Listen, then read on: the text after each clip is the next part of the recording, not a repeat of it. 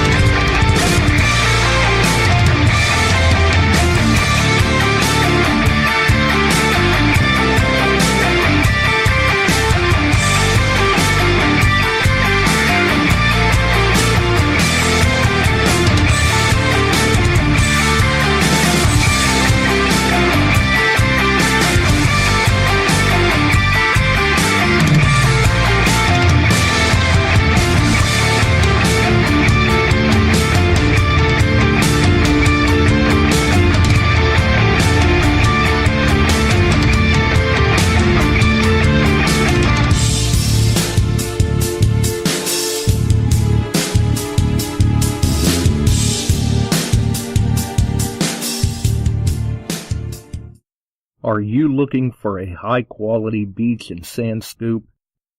Are you trying to take your hunting to the extreme? How about an American-based company that stands behind their product and everything they sell? Then check out our friends over at XTREME Scoops. John has been making scoops for some time now and makes a quality beach and sand scoop to take your hunting to the next level. XTREME Scoops recently released their new sand shredder that works great in the water and on the beach. And if you're a new Equinox user, you may want to check out his Surfmaster X3 that can trap those small targets you new Equinox users are finding out there. XTREME Scoops' company approach is let's do it right. So do it right, buy it once, and go to the extreme. XTREMEScoops.com. That's XTREME scoops.com. Caution. Please do not operate motor vehicles or power equipment while under the influence of this show. Listening to this show could cause side effects such as bouts of laughter, violent binges of cabin fever, and even dreams of silver and gold. Please be advised. Now that the fine print is out of the way, on with the show. All right, the fine print's out of the way, and it's time to roll with the show. We're back and we're live once again. You are listening to Beyond Sight and Sound, metal detecting and treasure hunting radio for all the really cool digging people out there. And as I look into the chat, I see we've got Paul in, Nelson, the Bills, and well, it's just moving right along. Good to see, good to see. Links in the description, obviously, first and foremost, our friends over at Shooters and Prospectors, friends at XTREME Scoops, DETECTEES.com. Ken and Mark, Darth and Buddy doing a great job over there with the Beyond Sight and Sound shirts and hoodies and all of that happy stuff that they do. Very good quality work. Actually, it's cool enough here today that I'm sporting the DETECTEES hoodie again. Oh, summer's going to get here sooner or later, though. Or spring. Whatever it is. We'll see. Either way, we're back. We're here on Wednesdays. We're here on Sundays, 8 p.m. Eastern, always 8 p.m. Eastern. You can find us on Spreaker, Facebook, and many of the wonderful podcast distribution services, which seem to be too long of a list to even name. I'm finding the show in places that I never even knew existed. So that's a little different. Anyway, we've also got the links for XP Team USA Facebook group, podcast, website, the latest blog post on the XP hard transport case review. Welcome to Bob, and congratulations on his silver half that he found the other day. He pulled a 45 Walker, I believe, out of the cellar hole. Nice.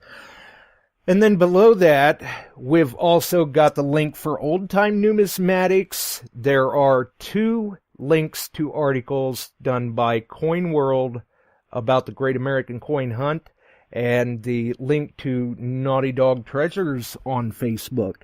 because when we stopped and thought, hey, we need to, this could be an interesting topic, we need to do a show on this, obviously the first person that comes to mind, for me anyway, was none other than Drew Waholek, because he's been collecting coins for more than 30 years. I think actually we're over 35 years now that he's been collecting coins. He does work in a coin shop. He does his own coin sales as well under Oldetyme Numismatics.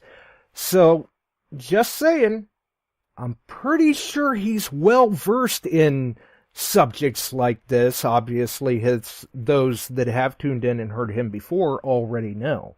So let's get him in here and get rolling on with it. How's it going tonight, Drew? Not too bad, not too bad. Not quite 30 years yet. It's like 27.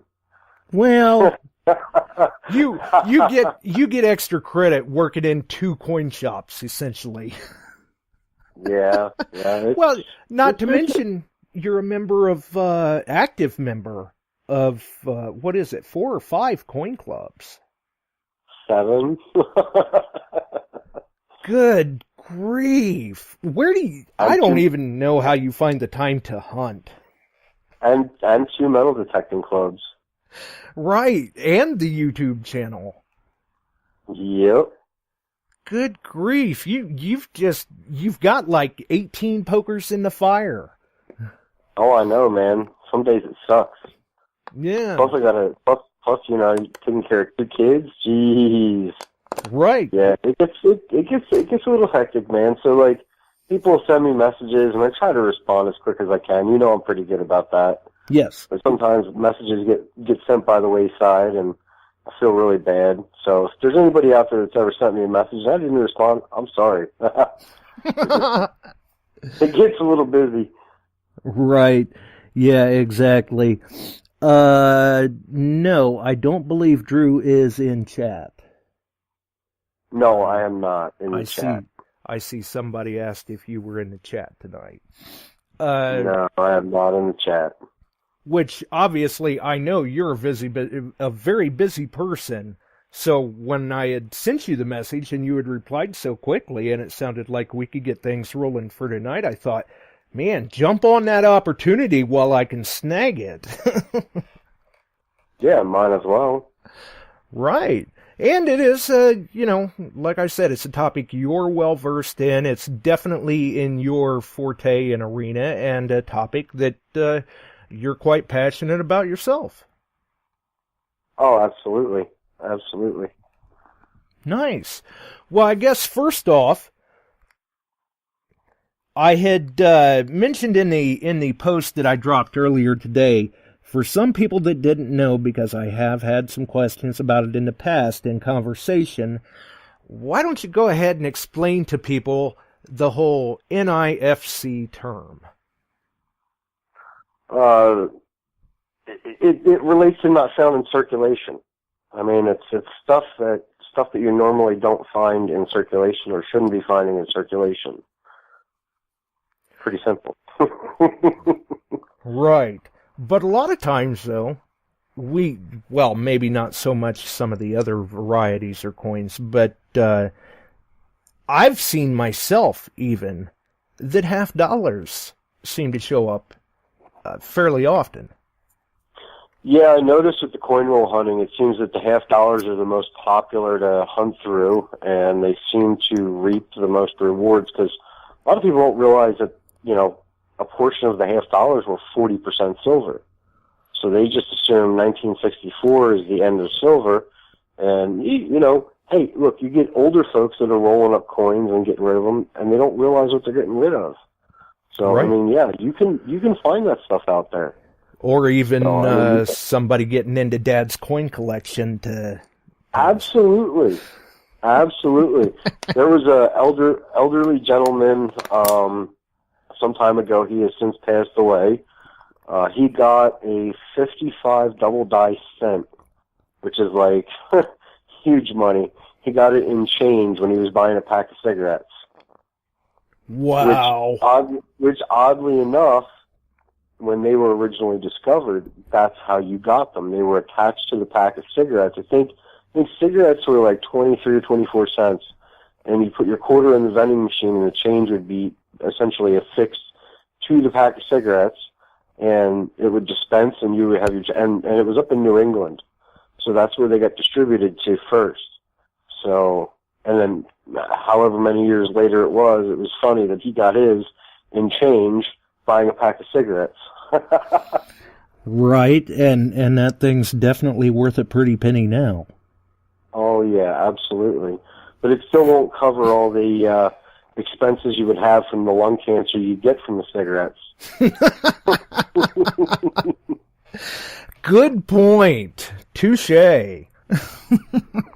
So, well, I know that I have seen a number of comments today, even on the post that I did, where people are asking me, going, What is this Great American Coin Hunt? What are you talking about? I see signs local to me, but I don't know what it is. What is it? And figured, hey, it'd be a great topic to cover. And I think some people think that this is something completely new and different, which, in a sense, it kind of is. But then again, we're not necessarily strangers to, say, collectible coins being released into circulation. I mean, how many times do you hear around Christmas that there was a rare gold coin found in a Salvation Army donation or things of that nature? But this is being done on a huge scale. I hear you. But you know what? I'm a little skeptical on some of those stories around the holidays, those feel-good pieces. That's a little skeptical. Now you've got a situation where you've got something that's advertised. It's advertised basically, essentially worldwide because it's on Facebook. But what you've got going on is during National Coin Week, which is run by the ANA. Which is from the April 21st to April 27th.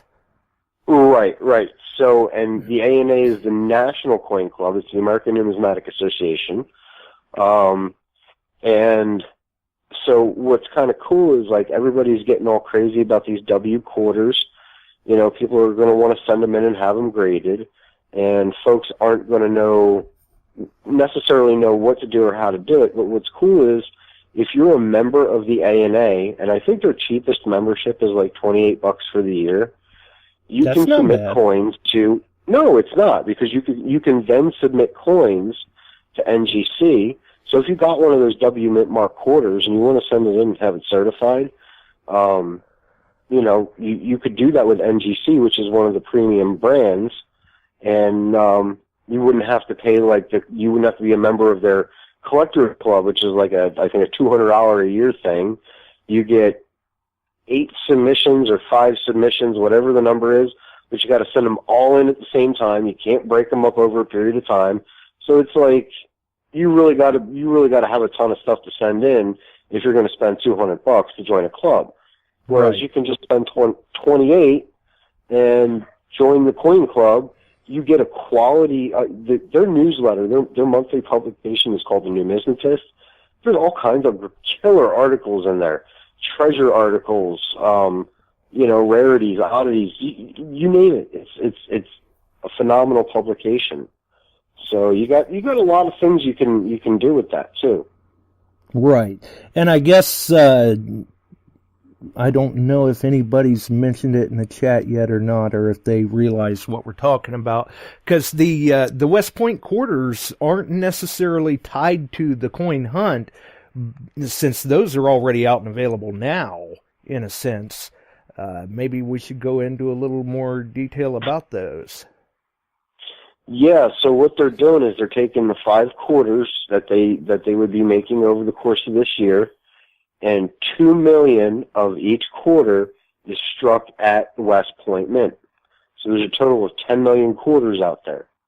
2 million seems like a pretty high number, but that's still a reasonable mintage. So, and the grades that are going to come back on those coins, you figure they're being dumped into bags, massive, massive bags. And they're shipped all over the place. They're bounced around. They're going to get bag marks. So the higher the grade that comes back is going to be obviously better. But I think the population is going to be low. So, like, you're not going to see Mint State 70s out there. The 69s are going to be tough. 68s will be good. 67's all right. You know, anything lower than that, I wouldn't get too crazy about. So 67 and higher, those are going to be better grades. Yeah, I would think so. And we're talking like that's gonna boil out to, I mean, as far as the entire population of the West Point quarters, we're looking at what, 1%, maybe a little more. Roughly, yeah. So yeah, yeah. They're going to be kind of tough to find. I don't know if they're going to be super tough to find. I think they're they're going to be out there, but I think they're going to circulate for a little while before it catches on. I think so too. And that's why I think finding them in a higher grade is going to be tough. So, right. I mean, be aware of what you're submitting before you try to submit it. Don't just get it and go immediately think you've got, gold. You have to look at it and make sure, because again, you're going to have bag marks, you're going to have nicks, dings, scratches. And if you get too much of that stuff on the surfaces, that's just going to keep dropping that grade and dropping that grade. So Exactly. And you figure, especially in the age that we're in now, I don't think a lot of people really pay attention to their pocket change too much. So they may carry it for weeks before they even realize it. Yeah, no, absolutely. And I think, okay, so when they started the state quarter program back in 1999, that was supposed to reinvigorate the hobby and coin collecting. But the problem with that was everything was so mass produced. It's kind of like baseball cards. They got greedy with it. But I think with the way they're running this program now, I think they hit the nail on the head. They've done some other things as well. So the proof set they released already, the clad proof set, if you order that through the Mint, you get a free 2019 proof W sent. Everything else is S Mint from San Francisco. The silver set is about to get released this month. I want to say it's April 17th. So that's the one I'm watching for. So they're going to release that, and then now what's interesting about the silver set is you get the extra penny, which is a reverse proof W Mint mark, but the silver content of the coins has changed. It has gone up. Our silver coinage and our silver proof sets no longer 900 fine. As of this year, it is 999. So you've got almost pure silver in the silver sets now, which is totally different and has not been changed since the day the Mint was striking silver coins. Yeah, I mean, totally cool, because I'm big on the bullion coins myself. So a lot of times I would much rather pick up American Eagles than, say, the Mint Proof set. But now that the Mint Proof set is going to be produced 999, I'm all keen on getting my hands on one. Well, one of the things that helps too is the purer the silver, the softer the metal. So the dies will last longer. It's more cost effective to do it in 999 because the dies are really expensive to make. And you figure the more coins you can strike with one die, that's less dies you have to make. Right. I think it's also going. I think it's also going to translate into less errors out there, possibly. Generally, in the proof coins, you don't see too many errors. Exactly. There's varieties that have been found. There's desirable varieties like the 81 Type 2 proof dollar. That's like $100 coin. If you get the entire set, and the entire set is Type 2, you're talking like $250, $280 set in that range. Nice. It's an expensive set. Right. Yeah, gets a little on the salty side, but it's worth it, especially if you're into that sort of thing. Yeah. So, I don't know. I mean, they've done some interesting things. Like in 2017, they put the P mint mark on the cent. That had never been done before, and they haven't done it again since. And that was, I want to say, 225th anniversary of the U.S. Mint. You know, and then they put out that enhanced uncirculated set that year, and they do that to you. If you're working on, say you're working on a set of Kennedy $50, they've released special ones in special commemorative sets.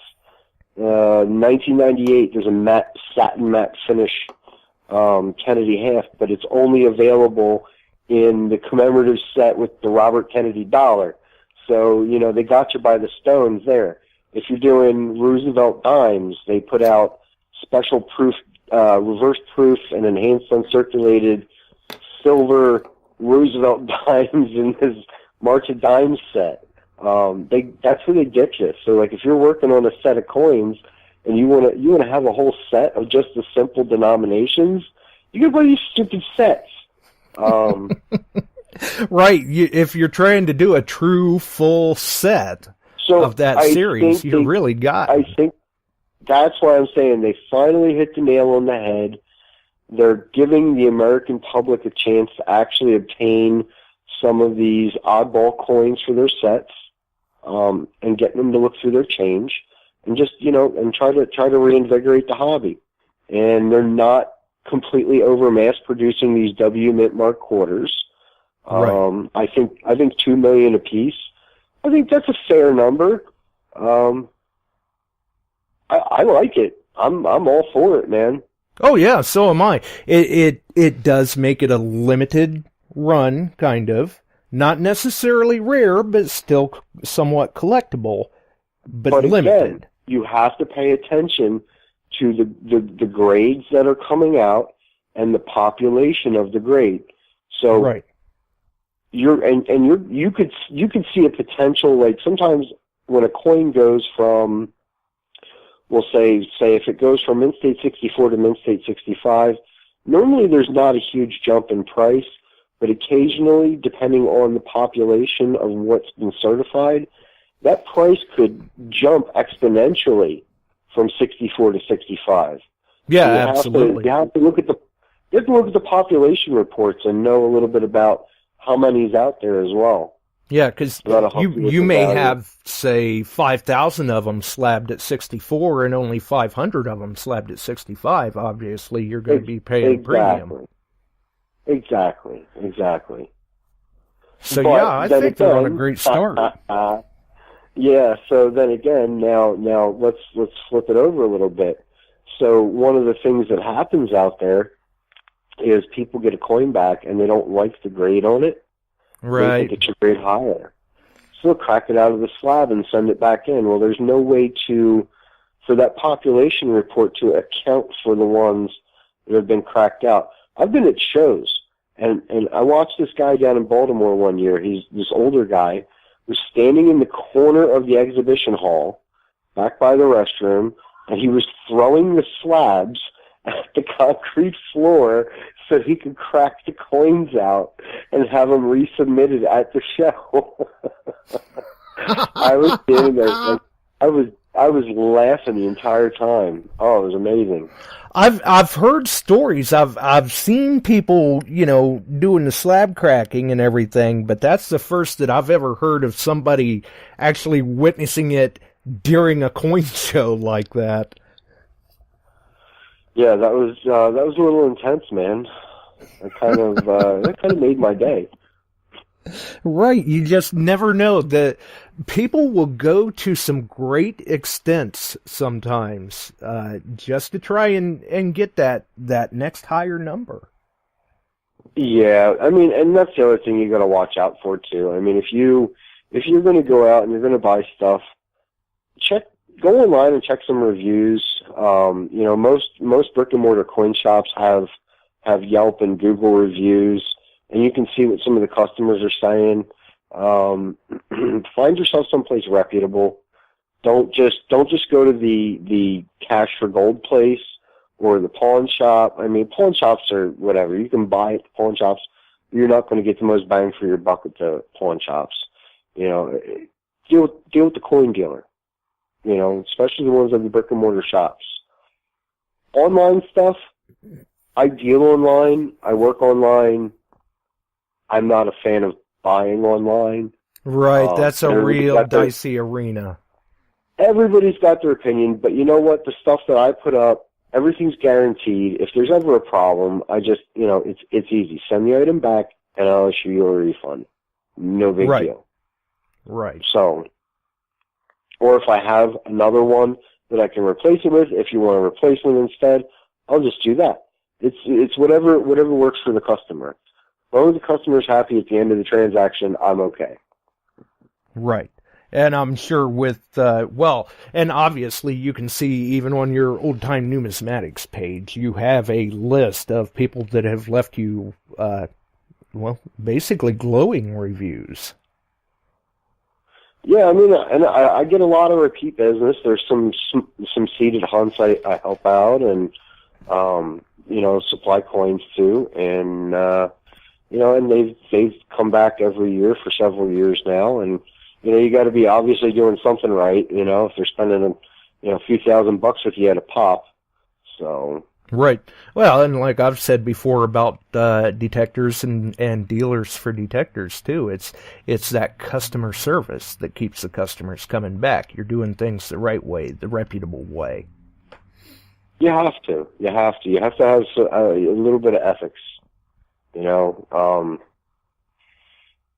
sometimes it costs you a little more, but you know, there's another adage: you got to spend a little money to make a little money. So, hey, if you're doing it right and you're ahead of the game, that's you know, always good.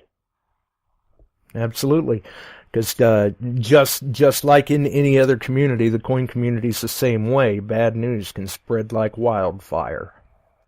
It does. It's a very tight-knit community. It's a small, believe it or not, it's a very small community, even though there are a lot of people that collect. You know, you can look at the concentrations. Just go online and look at this Great American Coin Hunt. You know, you can go and look at the map of areas where these old coins are going to be released back into circulation, and you can see there's a heavy concentration of people on the East Coast. Now you've got dealers and regular people contributing to this, so which I think is pretty cool. Oh yeah, I noticed that too on the map, which actually that map they can find on I think it's the second Coin Week article, Coin World article that I've got in the description tonight. They can see that map, and I was really kind of surprised. I mean, from say the Midwest to the East Coast, heavily marked from all the pinpoints. It really surprised me. Yep. So, I guess for those who may not know, let's go ahead and roll into what the Great American Coin Hunt is, and what they're doing with it, what people are planning on. So, I mean, the basic concept is to get people to look at their change, to spark an interest in coin collecting and numismatics. There's dealers and average people all over the country that are going to be spending, stashing, hiding, you know, releasing vintage coins, old coins, into, you know, back into the wild. And it's your job to go find them. And they really are getting involved on a large scale. I mean, I think I saw in one of the articles that the average, I don't know, dealer or person that is releasing these items back, the average count is like 2,000 pieces maybe, but some of them are putting in as many as 25,000 pieces. I know. It's insane. It's insane. So can you just imagine, like, getting your change? And I love that sound that you get when that silver dime hits something else or a silver quarter hits something. It gets that really nice high-pitched ting, and it's just beautiful. Oh, yeah. Yeah, absolutely. I'm always checking my pocket change, man. Always checking if I look at all the modern stuff, because you know what? There are errors to be found. Stuff does get messed up at the mint nowadays. The minting process is not perfect. No, it's not. So you just got to flip through your change and take a look. Yeah. One of my best scores is what's called an 11-cent dime. That's interesting.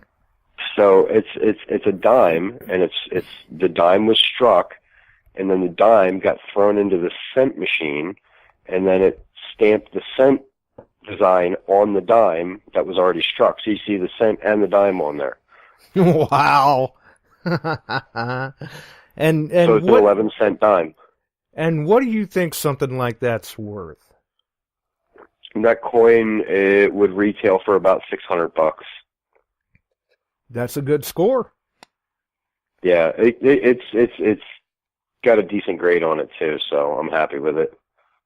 Nice. But and you gotta check your change. You gotta look in your change. There is stuff out there. I promise you, there's good stuff out there. Right, and I've seen people even in my area where they'll, they run up to the gas station or something. They come back and they happen to look at their change, and they've got denominations on wrong planchets. Absolutely. Or you get a planchet that's missing the outer clad layer. Those are always good. You get off center. Now you can get off center struck coins, but the cents are the most common. It's when you get into the higher denominations, that's where your errors are really going to start bringing a premium, because the higher denomination, they have a lower mintage. So right. The chances of an error occurring are much less, and far fewer. So, yeah. Makes perfect sense. Now, have you heard any rumor or anything with this American coin hunt on what people may be expecting to see? Oh, geez. Buffalo nickels, V nickels, wheat pennies, Indian heads, silver dimes. If the cashiers aren't snagging the silver out of the drawer. But, hey, war nickels, all kinds of stuff. Just whatever's going to spend. You're gonna find people are putting uncirculated. Look, they're not worth a ton of money. They're right. Cool though. High grade uncirculated, bicentennial quarters. But whatever. I mean, you just look at your change. Look at it. There's always oddball stuff in there anyway. People. Oh yeah. How many people know we even have little golden dollar coins that are made every year? It amazes me. Some people don't even know that they're made because people don't want them, so they're stashed in the treasury vaults, and the banks don't bring them in anymore, so people are uneducated when they see them, and it's a shame. So I think with doing all this, it's going to make people a little bit more aware, a little bit more research savvy, and they might come across some of these things that they're not aware currently exist or have existed, or you may even go to the Mint's website and go, oh my God, that landing on the moon coin is awesome because it's curved and it's got a footprint in it, and oh dude, that's so cool, and I gotta have one. So it might spark some interest, and I'm hoping it does. Oh yeah, absolutely. And for some people, I mean, let's face it, if these coins are released into circulation, and like you said, the girl running the register isn't savvy enough to realize or doesn't notice and isn't snagging them right out of the cash drawer or something, people are going to be getting these items in change. They're liable not to notice. Maybe they take them down the road and use it for change at the gas station or in the newspaper box or whatever. So even though this starts off the 21st, and it's for the week of the 21st to the 27th of April, the odds are quite good that some of these coins people may not even notice until December. That's possible, yeah. I mean, yes and no. A lot of that stuff winds up back at the armored car service to be resorted and rolled. So, in essence, yes, it could. Right. Stuff could stay out there, but then the coin roll hunters are going to get it all. Right, yeah. Or, it gets brought home and thrown into the change jar, and next thing you know, Coinstar's got it. It's in the Coinstar, yeah. Oh, yeah. Because I've heard Coinstar makes quite a nice sideline off of some of the coins that show up in their machines. Wouldn't surprise me in the least bit. They I used to have access to one through my old man when he was still working before he retired, and we would open the machine and check the reject bin and check the dirt tray and clean it all out. And sometimes there'd be little pieces of gold jewelry fell through, or stuff, foreign coins and steel pennies that stick to the magnet. And there was always something in there. The machine didn't like large dollars, so the Eisenhowers and the Morgans and the Peace were in the reject bin. Occasionally you come across that. So yeah. No, I love the Coinstars, man. I'm always checking them. Oh yeah, definitely. So am I. Nothing real valuable on my end, but every now and then I will hit a silver coin or two. So can't complain about that at all. Yeah.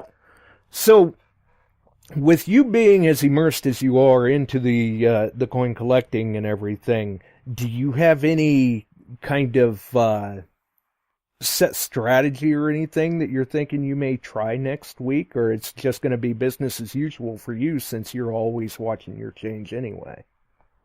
No, for me, just business as usual. Just go out and I don't use my card a whole lot. I tend to use cash. So, because I actually really like getting the change. Right. So, yeah. Hey, look, it's happened more times than I can remember, man. I mean, I've gotten cool stuff in my change, so I'm always looking. It's like a whole other treasure hunt. Yeah, really it is, and it always. I mean, when you see it, you're always surprised. Like, oh, hey, how about that? Look at that. Look, and there's still modern stuff circulating. So like 83 and 84 pennies. There's 2 double die varieties right there that I know there's got to be at least a few of those out there somewhere circulating that nobody's caught yet, because I see 83 and 84 pennies because I check them when I get them. Yeah. So yeah, I mean, absolutely. there's dates out there, there's things out there that you can look for in your change. 2015 Homestead Quarters from the Philadelphia Mint. There's 112 varieties of reverse die for that quarter. One of them is a really, really cool double die. The water pump handle is in the window of the little cabin. That's still, that's like $40 on up. Mm-hmm. That's still a decent coin. So there's stuff out there, man. You just gotta look. And that brings up another good point too, especially with the number of varieties on the quarter that you were just talking about. Some of this stuff, like to the best of my knowledge, there hasn't been a revamped cherry picker's guide in a while. So no. So unfortunately, it was I think it was earlier this year. J.T. Stanton, one of the authors of the Cherry Picker's Guide, passed away. So we lost one of them. Bill Fevus is still out there, but he's up there in age now.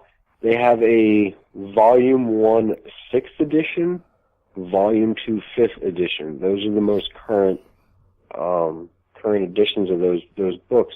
But there is a website that you can go to. It is done by a man named John Wexler, who studies all kinds of varieties and has published all kinds of books and articles. Great information. I don't know the gentleman personally, I don't have any correspondence experience with him. So, however, his website is phenomenal. It's www.doubleddie.com. So DOUBLEDDIE.com. Nice. Doubleddie. And he's got all the modern stuff on there too. So there's older things and there's modern things. If there's something you come across and you want to have an attribution on it, there's information on how to submit it for an attribution. They don't give it a value, they don't give it a grade, they just tell you what variety it is. So right. And it's pretty inexpensive. Yeah, and that's what I was getting at, was since there hasn't been a revamped edition of Cherry Pickers for a while, where would you recommend people to go to find more modernized information on the varieties? But doubleddie.com right would to be that a good website. Yeah. Right to that website. That is an awesome website. And it's user-friendly, easy to use. It's got little drop-down boxes as you go along. Everything's in categories by denomination and then by year and all that. Yeah, it's organized very well put together website. Nice. And it kind of surprised me too, with you actually working in a brick and mortar coin store, that you've not really seen or heard much from people coming in questioning this coin hunt and everything. Is this just something where you think a lot of people are simply unaware because they're not reading or they're not browsing the news or the net? Or what do you think is going on there, or what could be done to add more awareness? No, well, number one, I think part of it is a lot of the customers that we have are already trained to look for certain things when they're out and about. But we also have customers that work for banks and other financial institutions that are always on the lookout for things that are coming across their counter there, and they're constantly bringing things in, having it looked at, appraised, or selling it and whatnot. So I know the bank tellers are keeping their eyes out for it, and bank employees are looking for it. So right, you're seeing it on a daily basis. Oh, absolutely. There are people. I've got other folks that do go out and just go searching here and there, and they bring things in, and I'll explain to them what they've got, what it's worth, what I'm willing to pay for it, what I normally would retail it for, so they know that they're not getting totally hosed. Everything's transparent. So just try to be helpful and give them the full scope of information. I get the sense there's a lot of talking that goes on at the counter there. There is, man. I don't shut the hell up, man. I get going and I just don't stop, because it's an easy topic for me to talk about, and I enjoy it. And it's been nice to be able to turn a hobby into a business that's paying household bills and, allowing me to go out and go on these metal detecting trips, because some of this stuff's not cheap, man. I gotta pay for all that crap. I'm not sponsored by anybody. I'm not under any contract. I don't get I don't get anything out of all that, so yeah. So now I gotta bust my butt and I gotta do my thing, and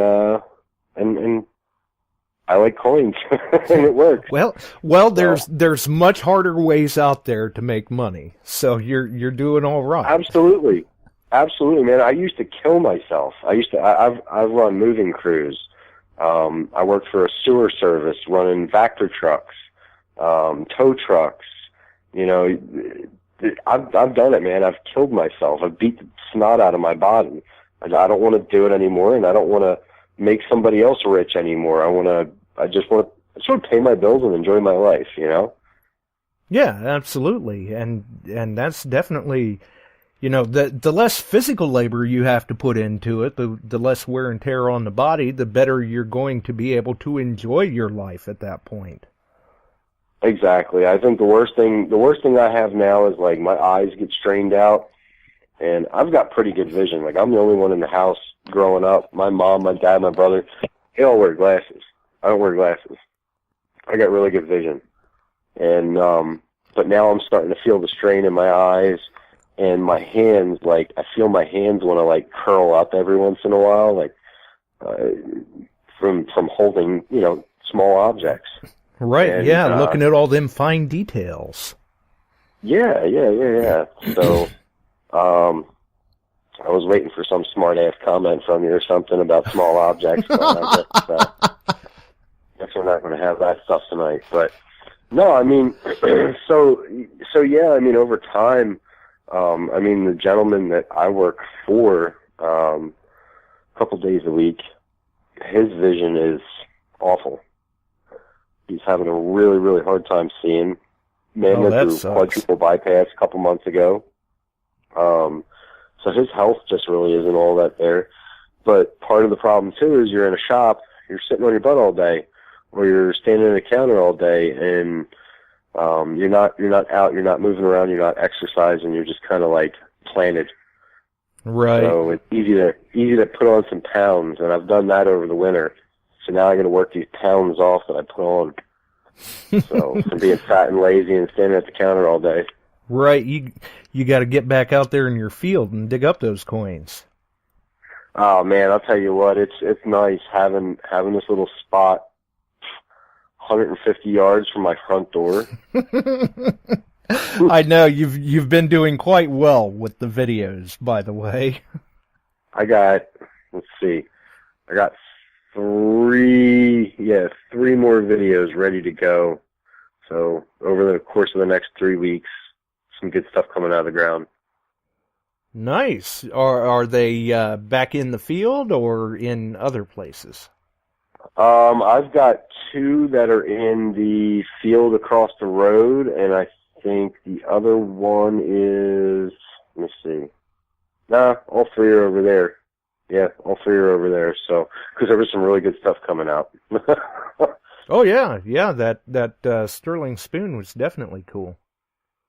Yeah, that came out of the one next to the house. I got to get back in there. I got to work that a little bit more, put a smaller coil on, take my time, and find a way to get rid of the aluminum rivets. Dude, those things are killing me, man. They sound so perfect, like just every, and it's not like they're right on the surface. Some of them are at 8 inches.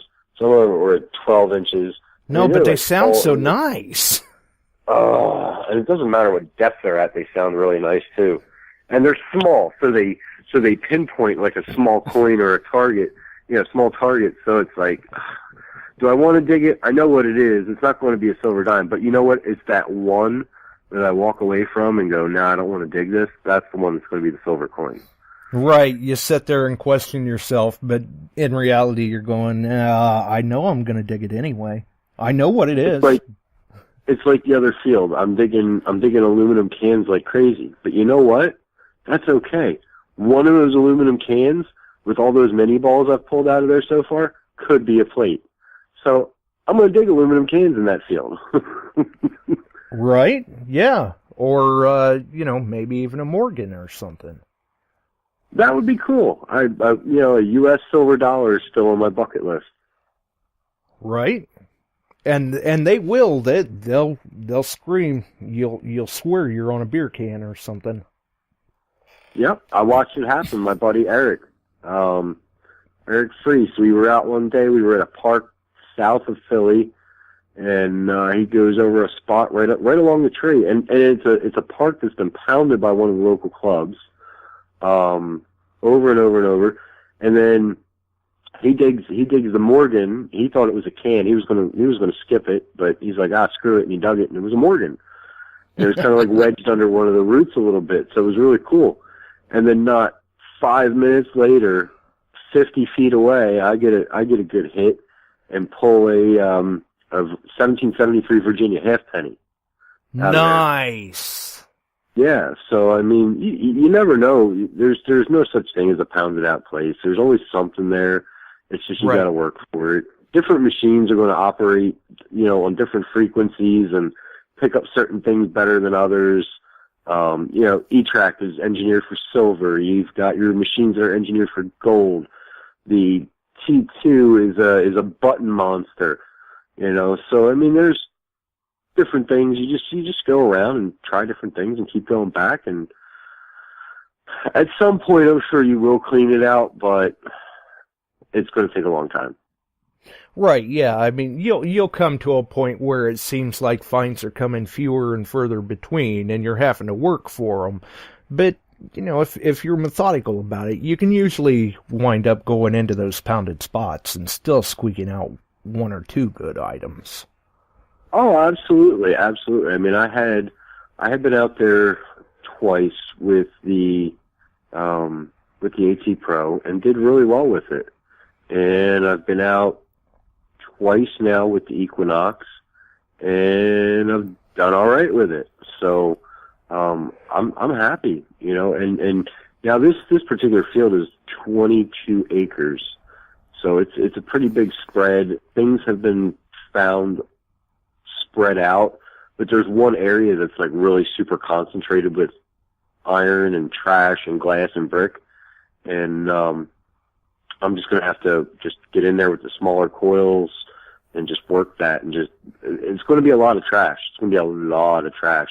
But I think in the end, the rewards are going to be good, because I think it's one of those places that even if that field has been hit before, which I don't think it has, after talking to somebody local that's done a lot of these fields around here, he said he never got permission for this one, which really surprised me, because he had done some of the other property owners' stuff, but never did this one. And I think it's got potential, because the tough spots, people seem to pass over the tough spots.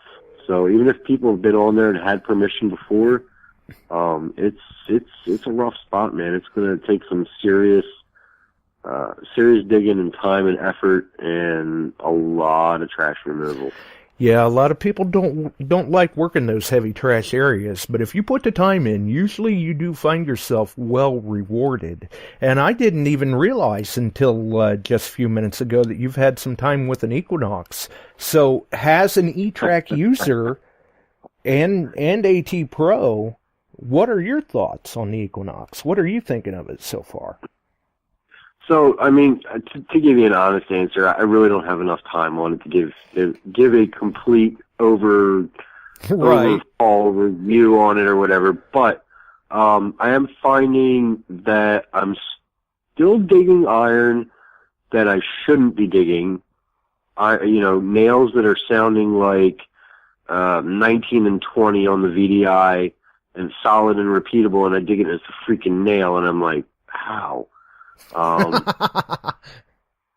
But as far as turning it on and going, I've got it. Okay, so I'm borrowing the machine from Joe DeMarco at metaldetecting.com. I've got his Patriot headphones on there that he makes, and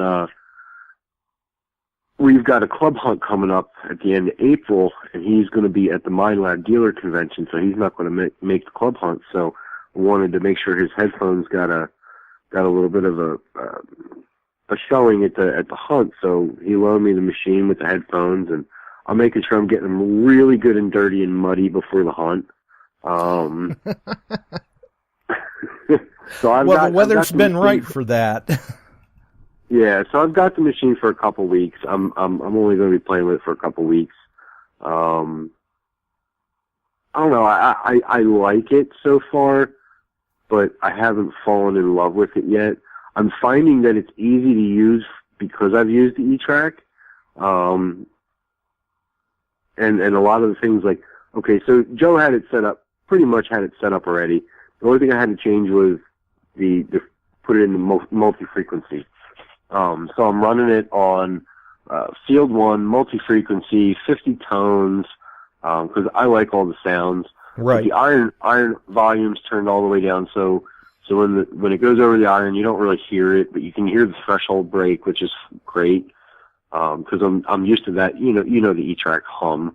Right. And I'm used to that, and I like that. So I'm finding that the machine is easy to pick up and go with. But again, still just a couple days out, not a whole lot of time on it. We'll see how it pans out, because I'm going to still continue to use the AT Pro and the Garrett machines and go over the same areas and just again, every machine is going to do things a little bit different. So you can go over the same spot with 3 different machines and still find a target, you know, that the other 2 missed. So it's, you know.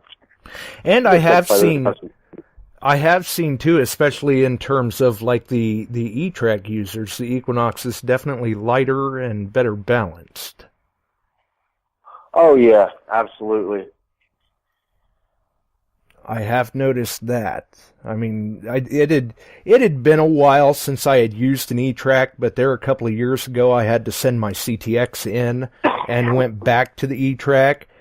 And that's when I realized, I'm going, my God, I didn't realize this thing was balanced the way that it is. The CTX is so much better balanced than the E-Track. I feel like it's front heavy now. But still, you know, I'm just so used to that. I've had the same E-Track for 6 years, man. I'm so used to it. I'll put that 15-inch watt coil on there, but then I'll use the little strap dealie at that point. Mm-hmm. But yeah, no, I really like my E-Track, and I don't know if the rumor's true or not, but supposedly they might stop making them. I don't know. I think that's a great machine. I think making some upgrades to that machine and changing the design of it a little bit, but keeping that silver sniffing software and adding a few things and tweaking it a little bit. I think you could take that and just blow away everything else they've got out there. The E-Track is definitely one heck of a silver machine. There's no debating that. I know when the Equinox come out, there were some people talking that they thought it was going to replace the CTX and the E-Track, but I don't necessarily see that happening. I could see it replacing the Safari. Okay, so I've seen a lot of people say that it bangs really hard on coins. So apparently it's more of a coin machine, which is okay. But I like, and everybody says that the E-Track's horrible for relics, but it's really not. I do very good on relics with it, but then again, it depends on the site. It depends on what I want to dig that day. If I want to cherry pick, I'm going to be digging all coins. If I'm in a mood to dig everything, I'm going to be digging relics. But it hits on all that stuff. Right, and if you set it up right, the E-Track can be quite a good relic machine. We were at a house. I think the house was built in like the 1830s, and the old man says, "Yeah, well, I get people stop by here all the time." He goes, "Probably ain't gonna find anything, but yeah, go ahead and give it a shot anyway." So we go out and we're hitting the yard, and bang, I pop a copper out, and I'm like, "I'm not gonna find anything." Okay, I popped a couple other cool relics out of the yard too, so I had a pretty good day in there. So when I love when people say, "Oh, you're not going to find anything. It's already been hunted." Okay, hold my beer. Yeah, exactly. I used to love it when people would tell me that. It's like, okay, I'll be the judge of that. Oh, you're wasting your time over there. Yeah, that's all right. I got plenty of it to waste. Man, I'll tell you what, there's places we've gone, and I'm like, I get a gut feeling, and she's like, "No, I don't want to go, and then I finally talk her into going, and we go, and she finds something awesome. And I'm like, "See, I told you." Right. So still quite the competitive spirit between the two of you out in the field then. Oh, absolutely, absolutely. We've been having this thing over the field up the road here. I've pulled 6 mini balls out of there. She hasn't gotten any yet. Uh-oh. We've been having this mini ball battle. Nice. Well, at least finally we're out from under winter and everybody's able to get out and dig for the most part. Yeah, well, we made that trip down to Texas, so that was really nice. I'm going to tell you, for an organized hunt, the Charles Garrett Memorial Hunt is one of the best organized hunts that I get the pleasure of attending. Rusty and the entire staff down at Garrett, they put their heart and soul into it. They really go above and beyond. The amount of machines and gear and equipment. Teleco was awesome. They sent 600 freaking coats. These waterproof, I want to say they're mossy oak, like they're really nice coats, man. They sent 600 of these things. People were walking away with 2, 3, 4, 5, 6 coats because they were token prizes. So it was kind of cool, man. Unfortunately, they only came in large and extra large, but man, no, it was great. There was so much stuff being given away. Relics, coins, 55 freaking metal detectors. 55. Yeah, I was going to say, I heard somewhere there were at least 55. Yep, it was because it's 55th anniversary. So Vaughn put out a new book, and it's called Vaughn Garrett's Favorite Finds, and he took like a ton of submissions from over the last 10 years and made a book out of all the things that people have submitted. So like, I saw my buddy Seth in there, Daniel Camacho's in there from Alaska. There's a bunch of people in there that I know, and stuff that they've found that's been awesome and submitted. So it's in this book, and but we also came back with a couple signed copies. So Joss is going to be doing a giveaway on her channel, Relic Recoverist. We've got an AT Max to give away.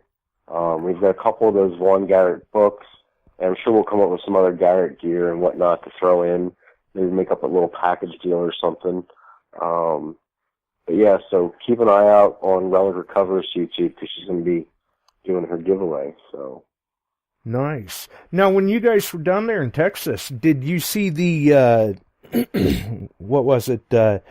They had some sort of a contest over the weekend, like for the best natural find or whatever, and somebody had found a gold coin, and that took second place because somebody else had come up with a Texas Ranger badge. Yeah, man. I mean, that's pretty intense. Like, so the first day we were there, and it was fairly early on. Guy comes up, he's got an old tin. You know, everything's all muddy, and it's an old, like, Prince Albert tobacco tin, basically. And, you know, it's all rusted up. I'm not going to voice my opinion on that. But the Texas Ranger badge, yeah, I'm pretty sure that was definitely legit. I mean, look, if the gold coin's legit, I'm super happy for the guy. It's just, those are really tough situations. Right. And there's a couple things kind of off that, I don't know, it just kind of bothered me. So anyway. Well, but, still, yeah, a Texas Ranger badge? How cool is that? Well, because you got to remember, the place that they're holding it at was an entire town at one point. Mm-hmm. During the Civil War, there was a Confederate powder mill. There was all kinds of stuff going on. There was sawmills, and they'll find the sawmill tokens, seeded coinage, not planted. Like last year, there was somebody got a seeded half. This year, there was a couple other seeded coins came out. Somebody got a Morgan dollar that wasn't planted. So there's stuff on this property that's natural, which is kind of cool. So you get there on Friday, and Friday basically all you're doing is looking for natural stuff and tokens. Right. And that's all you're doing on Friday. Well, and it's a very historic location to begin with. It's one of the oldest towns in Texas, if I remember right. Jefferson, Texas. Yeah. Super cool town, man. And everybody in town's really friendly. There's a lot of like neat little stores to go in, and the food in the one bar we've been into, I think it's called Auntie Sally's or something like that. Really good food. Their catfish is on point. Oh my God. You want catfish? That is like the only place I ever want to eat catfish ever again. It's that wow. good. There was some dude who had a little stand, and you could buy crawfish. and buy it by the pound, and then you go inside and they give you a free beer. It's really cool. So Josh had her first crawfish down there. What'd you think of that? It was, I told her, I was like, it's just kind of like eating a little mini lobster. You just eat the tail. I said, and then you get a little drunk, and then you suck the brains out of the top of the shell, you know, and all the good stuff. I was like, but that's something you got to acquire a taste for, and you got to be pretty drunk to do it.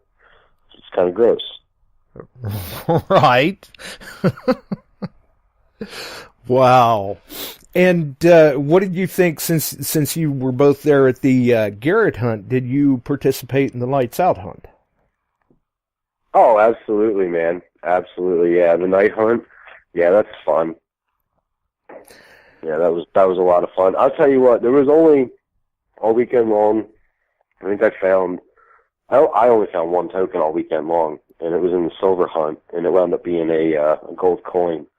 So I came home with a gold coin, which is pretty cool. I'm not seeing a downside there. No, not at all. Not at all. I mean, especially for you. I'm sure you were quite fine bringing a gold coin back home. Yeah, I mean, I'll probably, look, I don't want to, some people would love to have a gold coin, but it's not something that, gets me super excited, so I'm probably going to wind up using it for, I don't know, maybe a raffle prize at another hunt or something, and just generate some donation money somewhere for it. We'll see what happens. Nice. Very cool. Definitely a good way to do it. It goes to a good cause that way and everything, and it's not like you've got a lot wrapped up in it necessarily.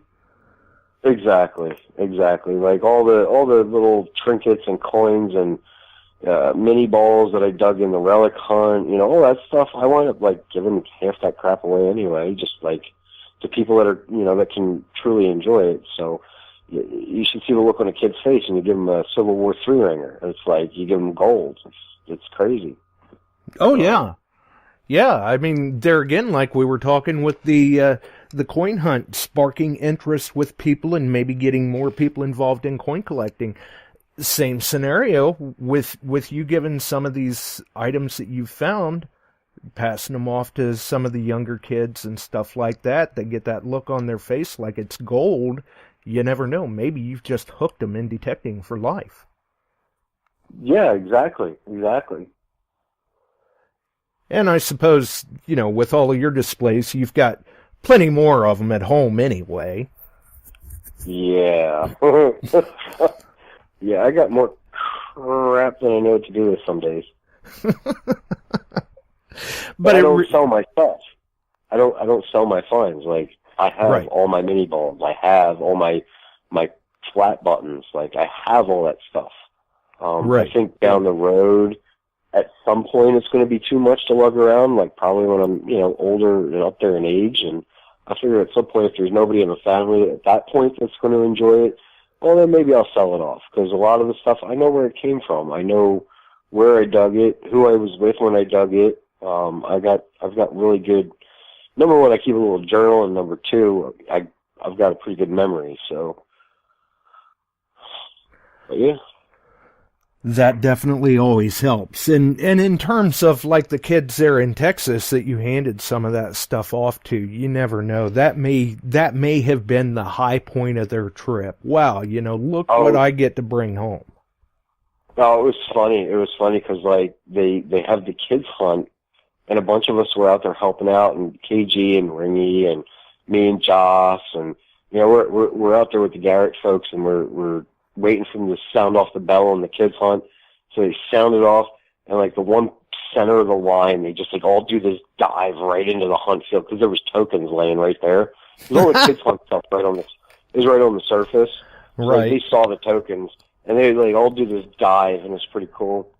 And then I ran back over to the car and I grabbed some of my mini balls that I had gotten out of the relic hunt, and I'm just walking around in front of the kids, and I'm just chucking mini balls in front of the kids. And one of the boys, it was cool. He's like, "Wow, it's the first mini ball I've ever found." I'm like, "So it's worth it, man. It makes it worth it." Yeah, absolutely. that may be the difference between, I mean, with some of them, you never know. That may be the difference between them wanting to come back or, next year going, no, I'm okay just staying here playing my Xbox or something. Yeah. Definitely keep them out there and interactive with things. I know, what was that, Sunday last week, I think it was, we had covered a little bit of the Garrett hunt with Mark Hoover. And okay, yeah, I got to meet Mark down there.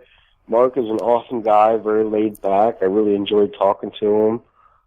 I got to talk to Dwight from New Age Goonies and hang out with him and Gary Penta. We had a blast. I got totally wasted and karaoke'd, and yeah, it was cool.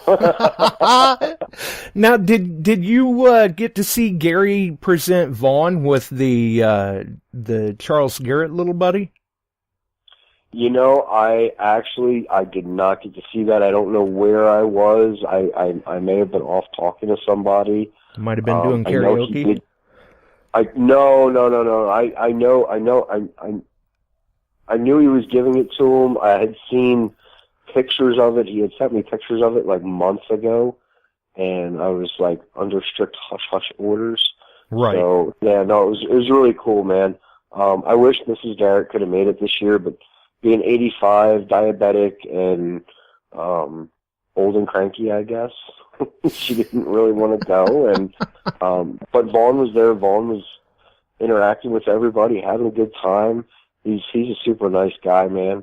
I'm telling you, if they do it again next year and you have the opportunity to go and do it, go and do it.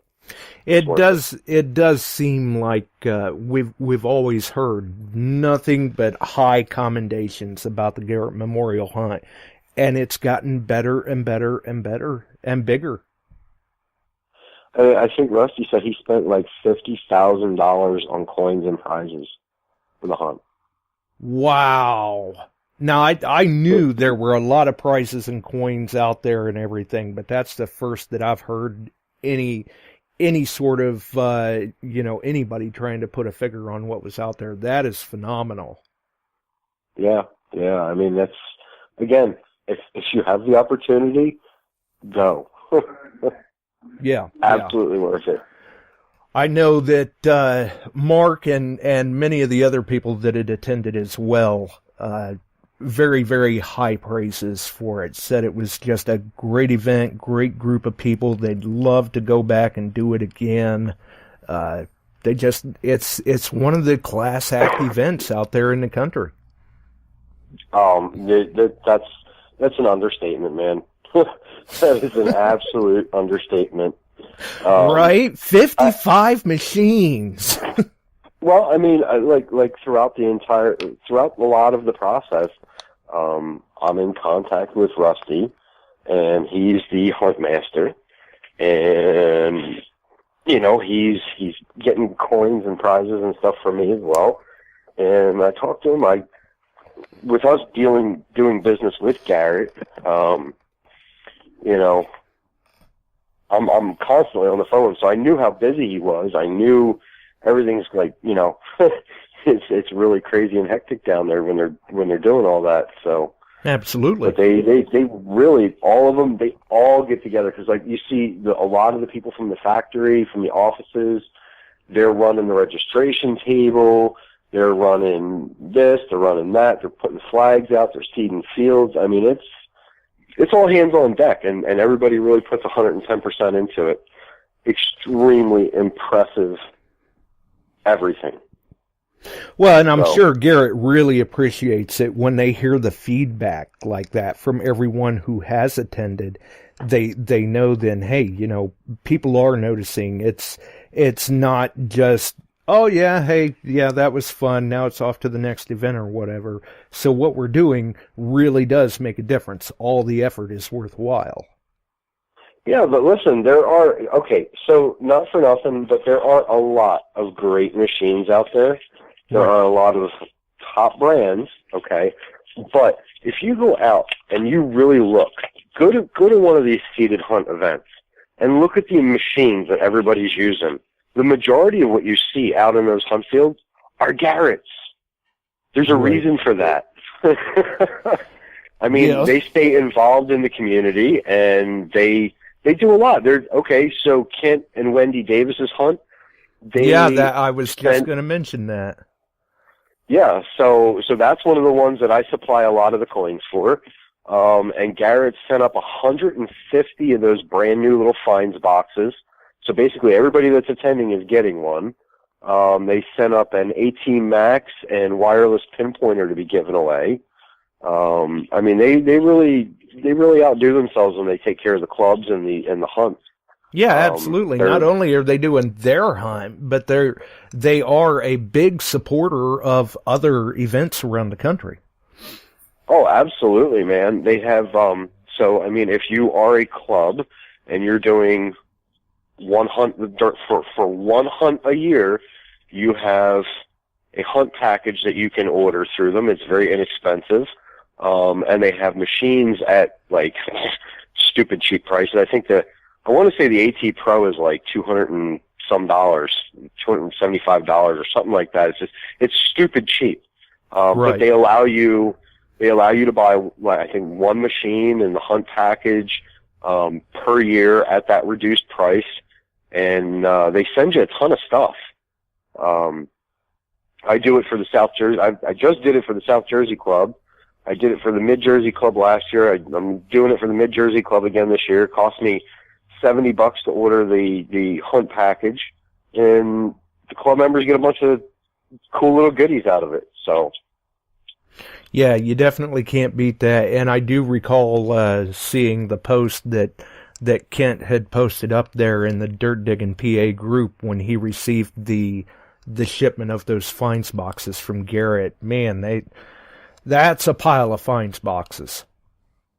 Yeah, absolutely, man. It's and they're I like them too because the one side is really deep. So if you've got a bigger relic like mini balls and musket balls and stuff like that, it holds that stuff really nice. Or a small crotal bell, and then the other side has a compartment with foam in it. So if you get a nice coin and you don't want it bouncing around, it's got a foam insert with a slot you can slide your coin into. Yeah, it's got slits cut in it. I have seen that much of it. They do look like they're very nice. I have not personally messed with one, just what I've seen on videos, pictures, and heard other people say, but they do look like they're very well put together. Yeah, they are. They're like little almost like little tackle boxes essentially. Yeah. But they're made more for diggers, with the insert and the space and everything. So it's really cool. But again, they will support these clubs and these hunts, and they give quite a bit back to the hobby. So. Oh yeah. And I know look, I get it. It's tax write-offs for a big company, but the fact that they're willing to do it and go through the headache of having to even do all the inventory and paperwork of that crap, speaks volumes. Yeah, absolutely. And I saw just photo after photo after photo after photo of people with just handfuls of silver coins after that. Oh, yeah. I want to say, I don't want to misquote, but the number of coins that were seeded in the silver hunt was in the thousands. I want to say he said he stuck 6,000 silver dimes out. Wow. That's a lot of work for somebody. But then you have the crafty fellow, which is really cool, because this is another reason I suggest seeded hunts, because it helps you learn your machine. So there was one crafty fellow that wound up with 12 tokens, because he figured out what the tokens sounded like, and he skipped over everything else. He was cherry-picking. He was cherry-picking for tokens, and he got 12 tokens. So I think he wound up walking away with a couple machines, whatever. I mean, like, come on, like that's pure genius. Yeah, way to capitalize. Yeah, I'm sure he did quite well for his time. Definitely. But, I mean, the main consensus from everybody that was there, whether they found a little bit, a lot of it, or in between, everybody was happy, man. Everybody had a good time. There's no drama, no fights, no arguments, no little cliques, no, you're a dealer, I don't like you, I can't talk to you. None of that stuff, man. Everybody gets along. Those seated hunts are social events. They're a great place to get out and meet people that you might not normally meet. Just enjoy yourself. You're absolutely right. I did hear a lot of that too. It was great meeting this person or that person, or getting to talk with these people, or everybody was just so friendly. It was such a nice environment and scenery and all of that. Yeah, apparently there's some video of the karaoke. I don't know who has it. I'm interested in seeing it. That would be interesting to see. Well, I don't know if Joss has it, or if Gary's got it, or Dwight's got it. I think both of them have some. I think she's got some, but I haven't seen all of it yet. So apparently there was none of this. What happens in Texas stays in Texas. Apparently not. What do you do? I guess you just gotta roll with the punches. Yep, absolutely. Well, it has been an absolute pleasure. It has been a while since we've had you on the show anyway. And definitely good information about the upcoming Great American Coin Hunt. I'm still following it. I'm still going to continue to follow it, and looking forward to seeing what could be found out there in circulation, because like yourself, I'm all the time watching my change too. I seem to be doing better on the star notes than the errors right now, but that's all right. That's the other thing. People, you got to check your currency. Looking for the serial numbers on the currency. You can get some good stuff. Just one other thing: if you get a piece of paper money, don't fold it, don't bend it, don't put it in your wallet. Keep it flat. American paper money is the finest linen paper in the world. The moment you put a crease in it, you can run a steamroller over that thing 1,000 times. You hold it up to the light, that crease is still going to be there, and it devalues the note. So keep your paper money flat.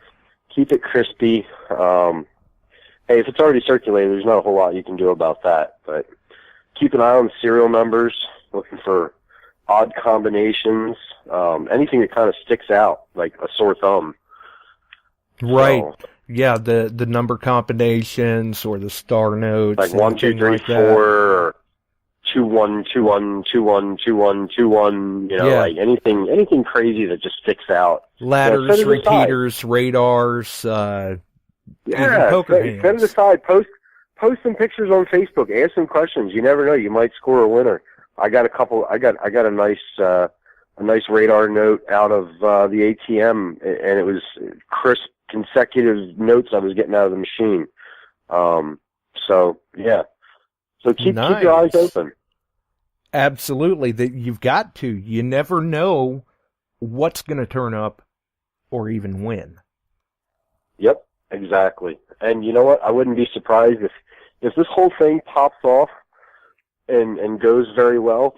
I wouldn't be surprised if, like, maybe next year they not only do it again, but maybe, like, it'd be cool if the Bureau of Engraving and Printing got involved and did something, put out a special note in circulation for people to go looking for notes, and like a $1 bill with a special theme or something. So who knows, whatever. But yeah, I mean, the possibilities are endless at this point if it goes off well. And if it does go off well, I could see them trying to continue this. Absolutely. And I hope it does go off well. I'm looking forward to it.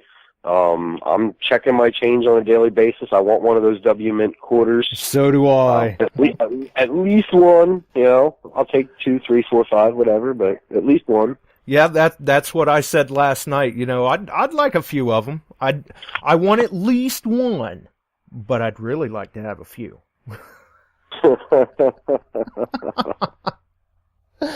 But yeah, definitely for those who came into the show late or catching the archive, definitely check the links in the description. There's 2 articles there that will give you all sorts of information on the Great American Coin Hunt, the time frame of it, things that are in store for it.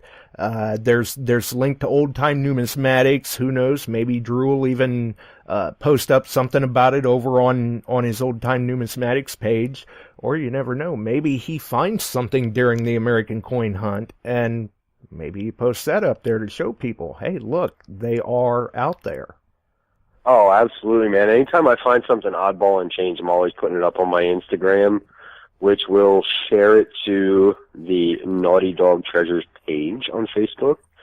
So Nice. go and like that page, and if I find something cool, you're going to see it if you're following that page. Good. I didn't get the Instagram in the description tonight, but I did make sure to include the Naughty Dog Treasures Shame page. on you. Shame on you. Yeah, Instagram's a little different. Instagram, my handle on there is DiggerDrew1980. So if you want to follow me on Instagram, I got some really cool pics up on there, and try to throw a little bit of learning out every once in a while, so you can actually learn something from one of my posts. That's a filtered education, which is good because sometimes my unfiltered education is not very good, especially for kids. Well, that's where education goes more into entertainment. Everybody always says I would have made one hell of a high school teacher. Oh yeah, I probably would have gotten a lot of trouble if I was a high school teacher. I could see that being a good, viable possibility. It would have been one hell of a fun class, that's for sure. Yeah, absolutely. I would have to agree with that. There would not be a dull moment. We can safely say that. But yeah, definitely. I've had some people asking me lately too. I looked for you on Instagram. I can't find you. Well, that's because I don't do it. But maybe one of these days I'll have to show up over there. Oh, you should, man. There's a lot of cool stuff on Instagram. Yes, there is. That's what I hear. A lot less drama. Ooh, I like it already. Yeah, there's like there's no drama. I mean, unless you're reading comments and getting involved in something you shouldn't be. You don't see the boohoo posts. Nice. Yeah. So I like Instagram a lot. I like it a lot better than Facebook.